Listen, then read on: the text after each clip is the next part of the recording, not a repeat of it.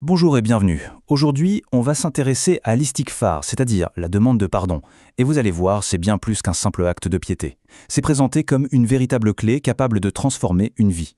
On va explorer ensemble comment certaines de nos actions, parfois même celles dont on n'a pas conscience, peuvent créer des blocages et nous priver des bienfaits qu'on attend dans notre vie.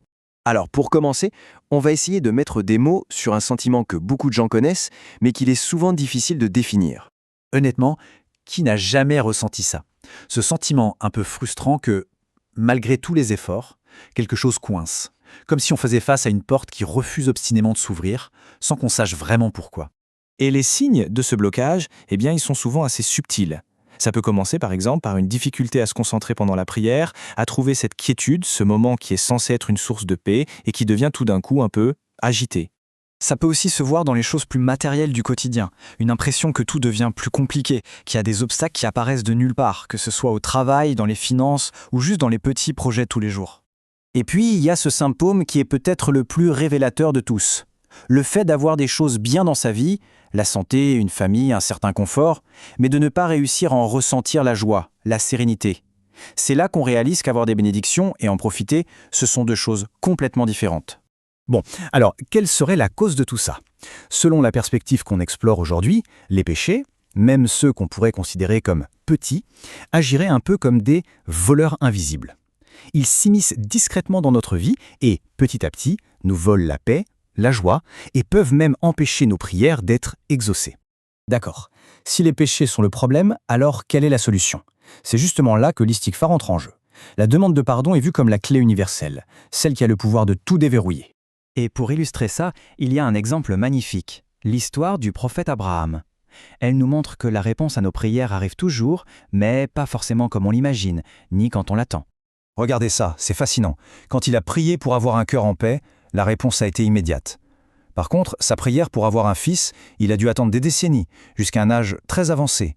Et encore plus fou, sa prière pour que la ville de la Mecque soit en sécurité, elle s'est réalisée bien après sa mort. La leçon, c'est qu'aucune prière sincère n'est jamais perdue. D'accord, mais concrètement, demander pardon, ça veut dire quoi?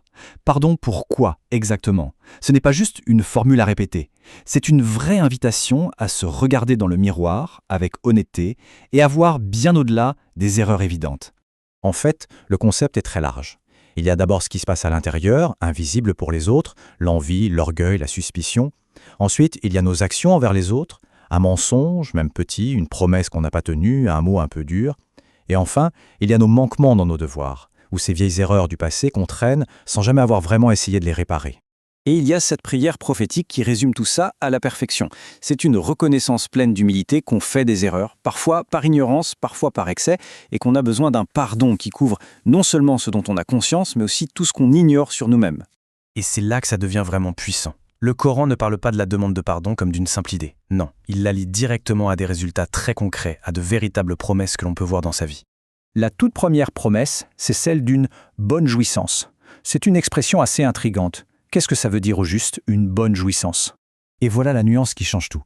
L'istighfar ne fait pas que donner des bénédictions, il débloque la capacité à les savourer.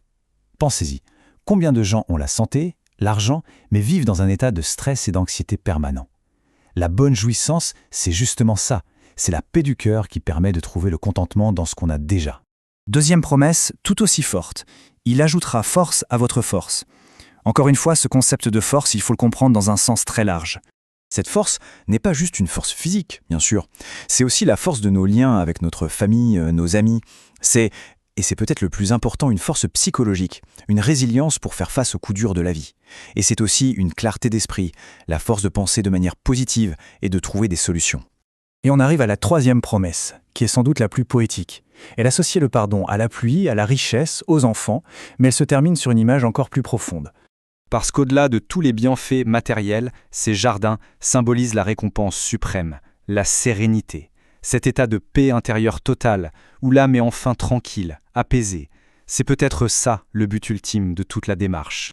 Donc, si on devait résumer, l'idée clé, c'est que l'istighfar n'est pas un acte passif pour juste effacer ses dettes. C'est une démarche profondément active, tournée vers le futur. C'est un outil puissant pour réparer le présent et surtout pour construire activement un avenir plus serein et plus lumineux. On termine donc sur cet appel qui est à la fois simple et incroyablement profond.